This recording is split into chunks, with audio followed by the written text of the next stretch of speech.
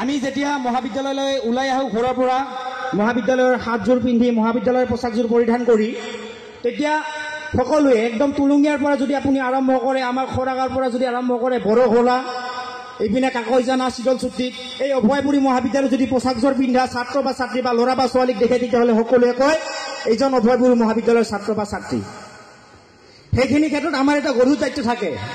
এই অভয়পুৰী মহাবিদ্যালয়ৰ পোছাকযোৰ পিন্ধি কোনোবা ল'ৰা বা ছোৱালী যদি এই তুলুঙীয়া বজাৰ বা তুলুঙীয়া টাৰ্ণিং বা অভয়পুৰী বজাৰত বা কলেজ মাৰ্কেটত যদি আড্ডা মাৰি থাকে তেতিয়াহ'লে কোনোবা নাই কোনো ব্যক্তিয়ে যদি সমালোচনা কৰে কি ক'ব জানে? এই ল'ৰা বা এই ছোৱালীজনী কোন? তোমাৰ নাম কোনোবাই জানিব নেকি?